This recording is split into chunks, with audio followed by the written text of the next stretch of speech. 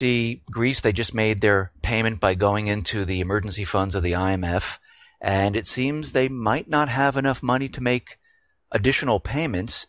And we hear rumblings about bail-ins. We hear rumblings about Greece leaving the Eurozone. What is your take on the situation of Greece? Well, the situation obviously is very, very fluid. I think there's a meeting later on this week on the subject. My overall view is that Greece basically is bust, and I think it's as simple as that. I'm surprised that Greece has actually paid out the money over the last couple of months that it has. I think if I'd been a member of the government, if I was Yanis, the finance minister, I think I would have declared a default at a very early stage, preserved what I could because their bills to pay and all the rest of it. And they're now choosing between their creditors and their employees, and that is not a good political outcome. I think that this is recognized generally by the other members of the Eurozone, the other finance ministers. And so I think it then becomes a question of how do they treat the bankruptcy. I don't see a Greek exit for the very simple reason that the euro is the only currency that is used in Greece. The idea that the drachma can be conjured up out of thin air and replace it, I think is a complete nonsense. It's unrealistic. So I think what's likely to happen is not a Greek exit as such, but a suspension of facilities from the ECB towards the Greek banks. Now, what that would do is it would effectively mean that the Greek banks, which are already bankrupt, I mean, their bad debts already declared at the end of 2014 exceeds their equity, ex goodwill, by a substantial margin. So those banks are already bust. They're running on hot air. I think that those banks would be allowed to go under, and then it would be a question of limiting the collateral damage. Now, whether we call it a bail-in or whatever, I think that becomes a moot point. I suspect that the finance ministers in Europe think that after the Cyprus problem, they think they've got a better handle on how to deal, if you like, in the aftermath of a Greek bankruptcy. I would question that because there's too much room for unintended consequences. But having said that, I think there is also an overriding objective in this, and that is that the hardliners in the north, Germany, Holland, the Finns, and so on, would want to be absolutely certain that Italy and Spain and Portugal are not tempted to follow the bankruptcy route. So I think that they perceived it in their political interest to make this as hard as possible on the Greeks. And I think that's basically where we are. I mean, I don't see any pleasure coming out of this at all. And I think it's going to be very, very unpleasant for anyone living in Greece. And the other thing that's interesting is that the Greeks apparently have been drawing down their bank accounts by buying motor cars. So here's another unintended consequence. Mercedes and BMW sales and VW sales have taken off in Greece. Anyways, we shouldn't laugh about it. But I think I think making a serious point that restrictions on cash and all the rest of it, this is the way people are getting around it. And so the ordinary person, I think, sees the collapse coming in Greece. And when your population sees the collapse coming, it's actually, as a politician, you're then in a very, very difficult position because you've lost your basic support as well. Do you see Russia and the BRICS system, do you see them doing anything with Greece at this time? Well, they're toying with it, obviously, and we all know that Russia is talking about putting a pipeline through Turkey and then through Greece. And the point is that any of these pipelines, as they go through a territory, that territory can make a small rake-off on the fuel going through. So that would be a good little earner as far as Greece is concerned. And I think also as far as Russia is concerned, if she can have not allies, but neutral parties on either side of the Bosphorus, then that mobilizes her Crimean ports very, very effectively. So I think that's her overall interest. On that basis, I think that Russia is unlikely to step up and be aggressive about this. I think she's just going to be, there in the background saying, well, if you feel lonely, come and talk, sort of thing. So I think that's where they are. I wouldn't expect any fireworks out of Russia. Just an observant country. I think they would look at this from their own strategic point of view, but I don't think they're going to force any issues. Okay. There was an article, and I quoted you in it on one of my reports about China, the BRICS system, and how China has been basically buying a lot of gold. And you said something very interesting about China. They could have 30,000 tons of gold or so, and they could use that to bring down the economy of the United States. I mean, this is a two-part question, actually. We see the AIIB, we see China, we see the yuan renminbi. They want to get that as a reserve currency. That's the first question. Do you see the yuan renminbi moving into the reserve status? The second part of the question is, how much gold do you think China has, and do you think they actually do have that 30 tons, and what are they planning to do with that?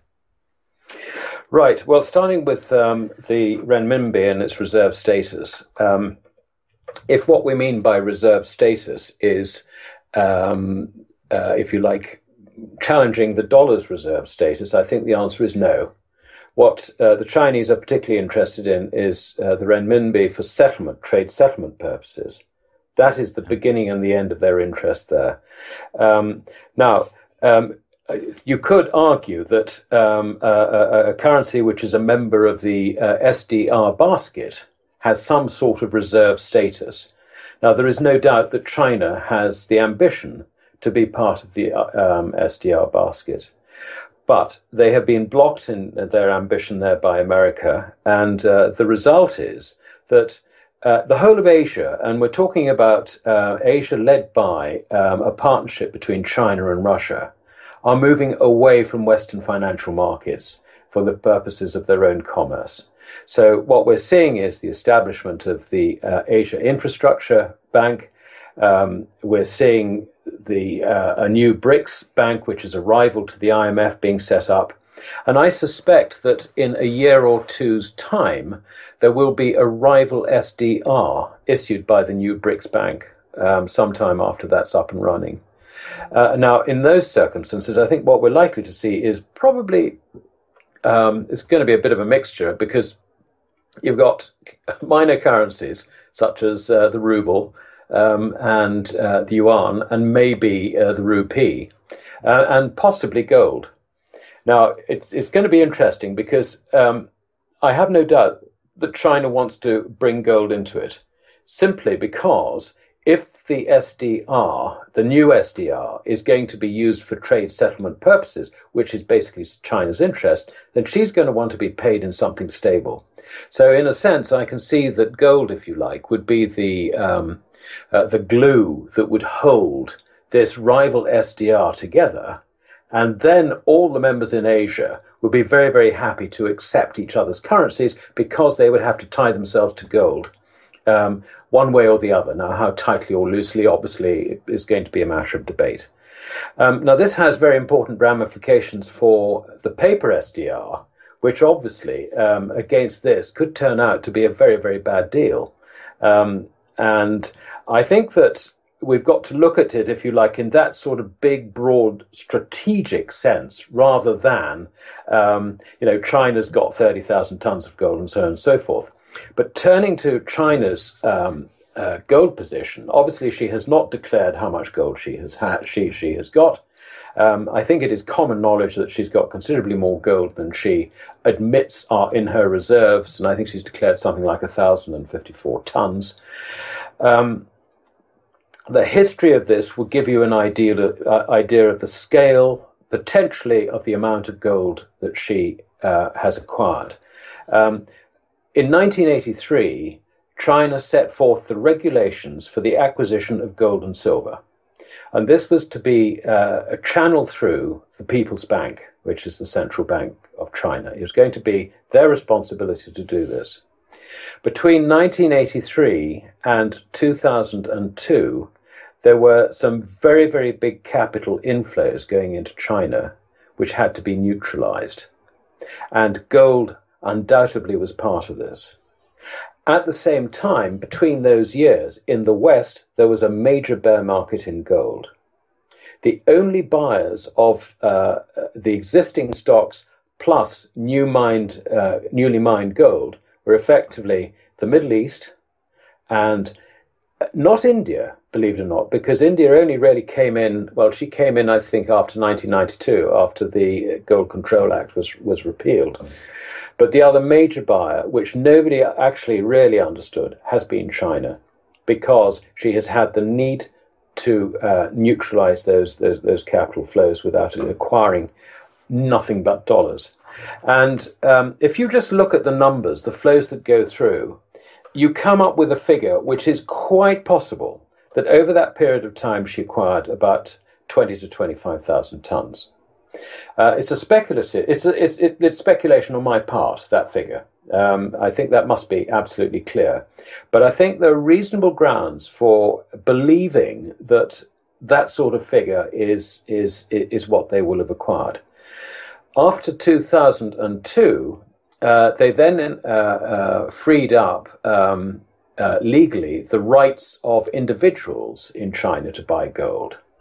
Now, the Shanghai Gold Exchange was set up in 2002. Now, that tells me that at that stage, the Chinese government felt that they had got enough gold for their purposes, whatever those purposes might be.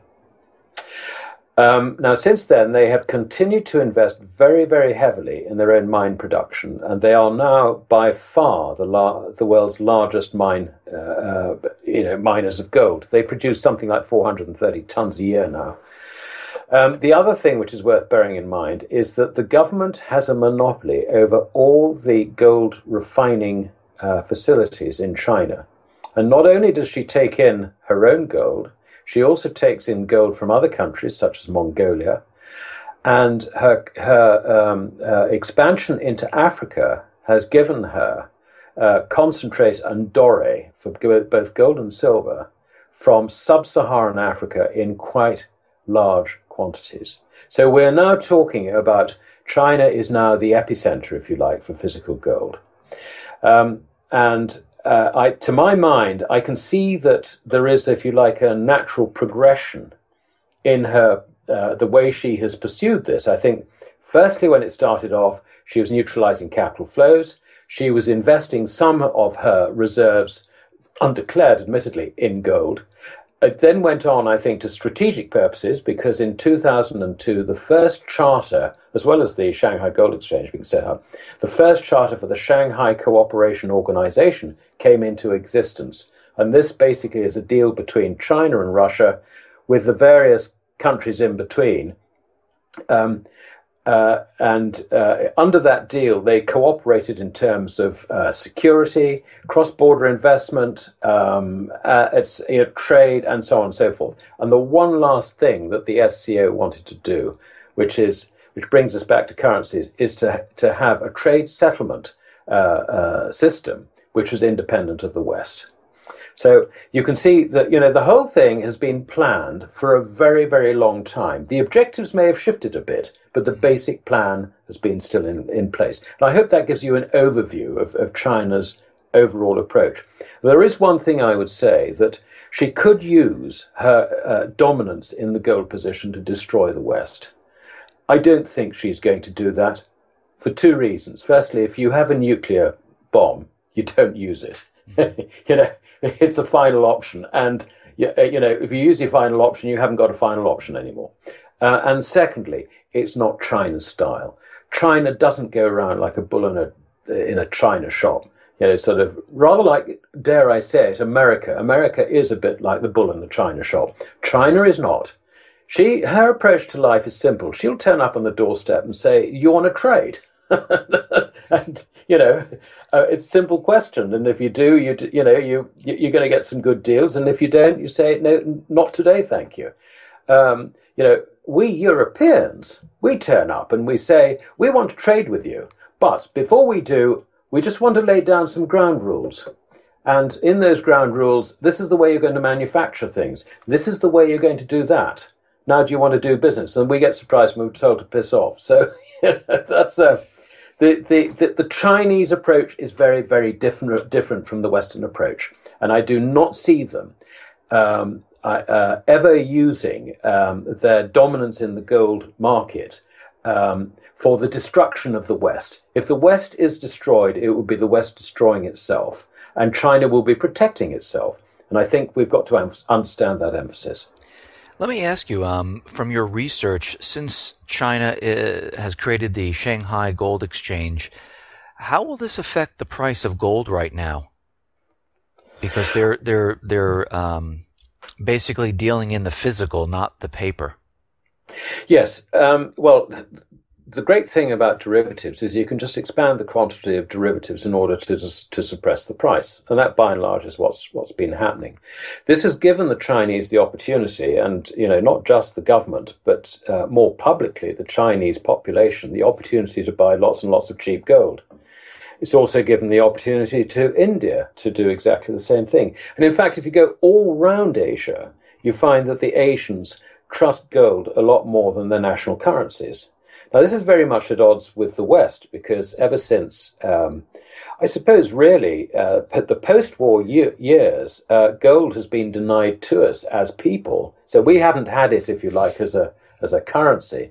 And ever since Nixon drove us off, sort of ended Bretton Woods back in 1971, there has been a campaign to discourage us from thinking that gold could ever replace the dollar in particular, or any other major paper currency. Now, the result of this, and also incidentally, legislation in the last 30 years about the control of investments and promotion of investments, physical gold has been excluded as an investment. It is not regarded as an investment by the regulators, and therefore is not regarded as an investment by the banks, the fund managers, and so on and so forth. A gold mine, yes. A gold derivative, yes, but not physical gold. So what we've done is we've taken on, if you like, an approach to investment which has been driven by what we think is progress, but actually is regulation more than anything else, whereby we chase trends. And if you're a trend chaser, you buy gold because it is going up, and you sell it because it is going down. Now, this is a fundamentally different approach from that of the Asian gold hoarders, the people who use gold as money in Asia. They're only interested in one thing, and that is, if the price goes down, it's cheap, I'll go and buy some. So you can see that this has set the scene for gold to flow in enormous quantities from the west to the east. Now let's move on to your article. You wrote Trouble with Cash, and we're starting to see a lot of economists from Citibank, JP Morgan Chase, and it seems like there's a push to get rid of cash. Now, why is this? Why are they trying to remove cash from society right now? I think the real reason for this is not that it's can be used for tax avoidance and terrorism and all that stuff. The real reason is that the one chink in the central bank's armor when it comes to controlling the banking system in the event of crisis is the potential for a run on the banks. And by a run on the banks, what I mean is that you and I go to our bank and we actually physically take cash out of the bank as a means of reducing our exposure to that bank. If you don't have cash, then if we don't like our bank, then what we have to do is we have to transfer our money from that bank to another bank. And then that money gets recycled through the system. And if the bank we don't like is in serious risk of insolvency, then what can happen is that the central bank will come along and ensure that they control the process. But in order for the central bank to do that, they have to ban cash. And I think that to an extent, the reason why they're doing this at the moment is that they are probably rather nervous about the way things are getting out of their control. I'm not saying that there is any sort of marker out there that says that there's something that's really scared them, but I think just as a general background, they feel that this is the way it should go. Okay. So you don't see, I mean, every time something like this comes up where all of a sudden there's a push to do something, to me, personally, it seems like it's a red flag saying, yes, they're nervous about this and they believe that this could happen the way the entire global economy is right now. I mean, we look around, we see there's debt everywhere. We see what's happening to Greece. We saw what happened to Cyprus. Yeah. And, right now, the world debt is, $200 trillion plus right now. And it's continually going up. We know it's not going to come down. And to me, that's kind of a red flag to me. Well, I mean, you've gone through a story which is absolutely littered with red flags. The problem is that none of us know which red flag is actually going to bring the whole house down. Any of them could at any moment. That's the problem. And what I'm trying to say is that I think the central bankers are sitting there getting more and more nervous. QE isn't working. Governments haven't started. They have done nothing to reduce, their outstanding obligations, and so on and so on. And they're sitting there thinking, we've run out of ammunition. What the hell do we do now? And so I think that it would make sense, if you have that view, to try and control the fallout. And the fallout could be that a major bank comes under some sort of difficulty. Let us say, and I think we'll come on to this subject, I hope we come on to this subject a little later, but let us say that there is a sharp fall in the bond markets and it undermines a bank's balance sheet. Under those circumstances, you can see that the central banks would definitely want to control or stop our free right to have a run on the bank, to take our money out of the bank. Yes, I agree with that. I do. Now, let's just stay on this topic for a second. If there is something that does occur, you wrote another article about there's not going to be deflation. Are we going to see deflation or are we going to see inflation right now? I mean, I see certain things going up in price, food especially, and other things that are not going up as much. And it's a little confusing to everyone of what's really going on at this point. What do you see happening? Well, I think the first thing is that the government statistics in the form of the Consumer Price Index does not actually capture the current inflation scene. I don't live in America, so I don't experience it. But I came across something very interesting the other day, and I don't know if your listeners are aware of this. The Chapwood Index, that's CHAPWOOD Index. Now, this has been set up by a company who use social media to gather prices. And they gather prices on 500 items, commonly used items, both goods and services, from 50 major urban centers around America. So you can see that this is statistically significant. But what's interesting is that since they've been doing this in the years 2011 to 2014, over 4 years, they calculate the right rate of inflation. If you just take the arithmetic average of the rate of inflation in each of those 50 centers, it works out this. You've got inflation, price inflation, running about 10% per annum. So, I have to ask, how do you get 0.8 inflation on the CPI last year? So the first part of my answer to your question is that we're being, we're being misled into the idea that actually we have deflation. We don't. In America, you have a serious inflation problem. And that inflation over the last 4 years has meant that prices have risen by something like a compound rate of about 44%. This is a very significant rate of inflation, and there is no sign of it slowing down. And on that basis, we then come to the question, are we facing deflation or inflation? Another way of answering the inflation-deflation debate is that um, the official CPI shows that it's gone. Inflation has fallen to 0.8%. But what we forget is that the Fed has printed an awful lot of money over the last 5 or 6 years. And what we do not take into account is the enormous quantities of money that the Fed will print over the next 5 or 6 years. So we have a situation where deflation is almost impossible. Mm-hmm. And I'd like to give if you like, a sort of a historical parallel to this. In 1919, if you lived in Germany or Austria, you would had a fairly significant inflation at that stage. But because the economy was so screwed, I mean, the flower of your productive youth had been slain on the battlefield. All that equipment that you'd bought had been lost. You had reparations. In other words, the burdens on those two countries, Germany and Austria, were so great in the years immediately following the First World War, that the common thought in those countries was exactly what we have today. We faced deflation.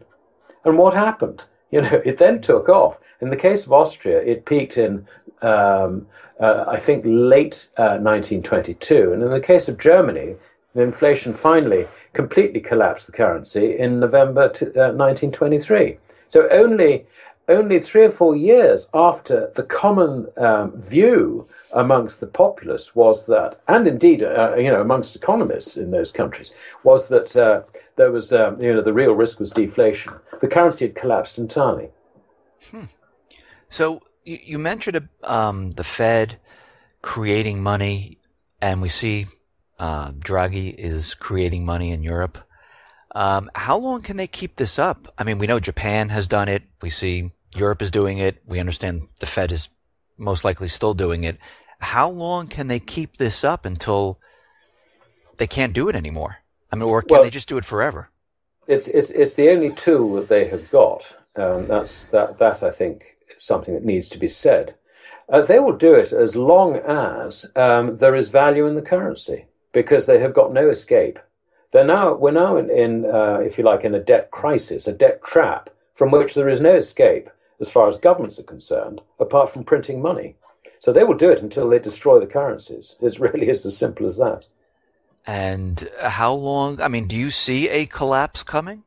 Do you see anywhere, some people are talking about this fall, and some people saying if it doesn't happen this fall, we might make it to next year?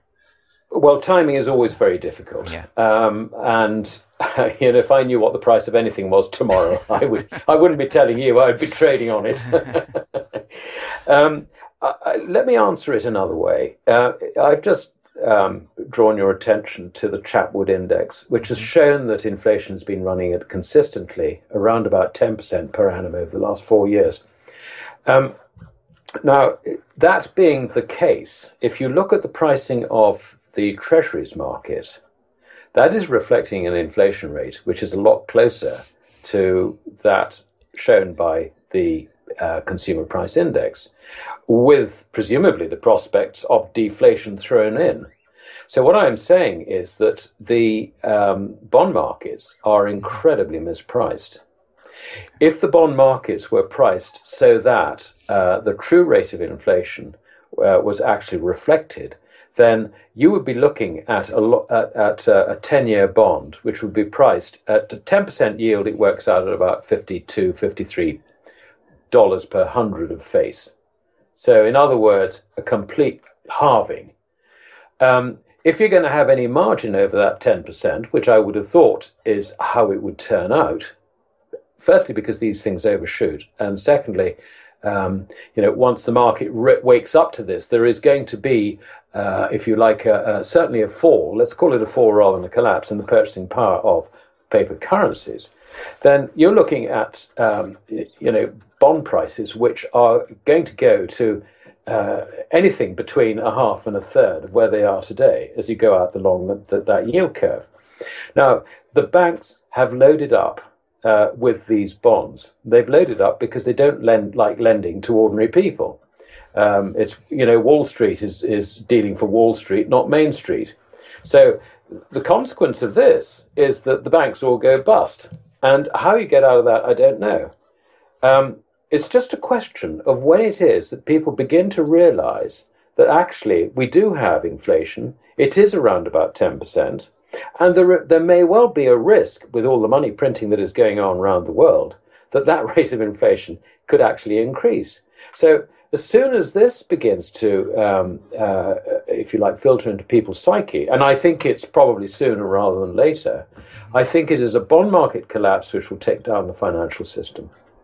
So what can people expect? I mean, if the system does come down, in your opinion, what will people actually see, feel?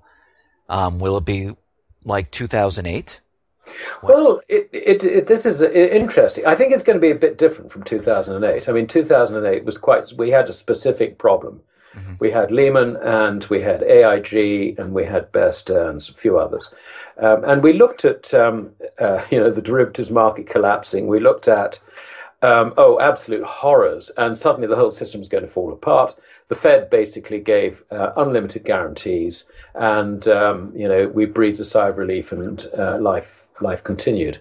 This time round, I don't know that it's going to be so easy, because how does the Fed control a market which is priced 100% above where it should be? It can't happen forever. Right. So let's think on the ramifications. As soon as it's understood in the bond markets that they are wildly mispriced, then that obviously affects equity markets. So, your stocks are going to come under huge, huge pressure. It also affects things like mortgage rates. So that's going to undermine the value of residential property. And, you could go on and on. Now, the problem then is that, you're sitting here having basically had your savings wiped out or on the way to being wiped out, because you're probably fully invested on the basis that the Fed is going to look after you. And you start thinking about, and my cash balances in the banks. I can't draw those out now because I can't, I'm not allowed to take out cash. So what do? I think the Greeks are leading the way. We go and buy Mercedes cars or whatever. I mean, so in other words, what you're going to get is a flight not only out of the banks, but you could very rapidly get a flight out of cash as well, because you can't hold cash. So one of the unintended consequences of this, and this is a real horror scene, is that the currencies collapse with it. Wow. And that would just open up a whole new can of worms of basically what happens here in Europe and UK, where the currencies are worth absolutely nothing, and I guess purchasing food, supplies, and things like that would become very, very difficult at that point in time. Well, that's right. I mean, I remember I was in New York, I think it was back in about 2011, speaking at a function, and one of the other speakers was a professor of economics at, is it George Mason University? Mm-hmm. And I was having this discussion with him. He foresaw this at that time. I was also foreseeing it. I mean, I have to say that this is something that's been in the works for a very long time. We just never know when. We don't know how long they can spin it out, kick the can down the road, whatever. What he was trying to do was he was trying to persuade the state where he lived that they ought to actually distribute, if you like, in credit card form, gold and silver balances to the electorate, so that they would have something to spend once the dollar was completely destroyed. Now, I mean, if you think about it, let's assume that currency goes. I go down the road to buy a loaf of bread. So I go into the baker. Now, I haven't got anything to give the baker. Now, I might be able to sell him a service. I might be able to say, well, look, I'm a hotshot economist and I can, tell you a bit about what's likely to happen. I doubt he'll buy it, but if he does, he's then got a problem. How is he going to get the flour? It's been made in a mill 100 miles away. Who's going to pay for the transport and all the rest of it? But, we need money for our modern society. We cannot exist without it. There is no such thing as barter. So this potential destruction, and believe me, I do not want to see this to happen. Mm-hmm. I'm not forecasting it. I think it's becoming an increasing possibility. This is a horror story, and it's a horror story for our family, our friends, and the elderly, and all the rest of it. And so we don't want this to happen at all. And I can't put a probability on it. But it's something that I think we should bear in mind. And maybe if one has any sort of sense of the risks that we face, that you take some sort of action. And that's really why I'm such a proponent of sound money. And the only sound money there is in the world is what the Chinese have basically cleaned us out of, and that's gold and silver. Right. Thank you very much for coming on the X22 Report Spotlight. I'm very happy that you're on here. Thank you very much. Dave, that was my pleasure. Thank you.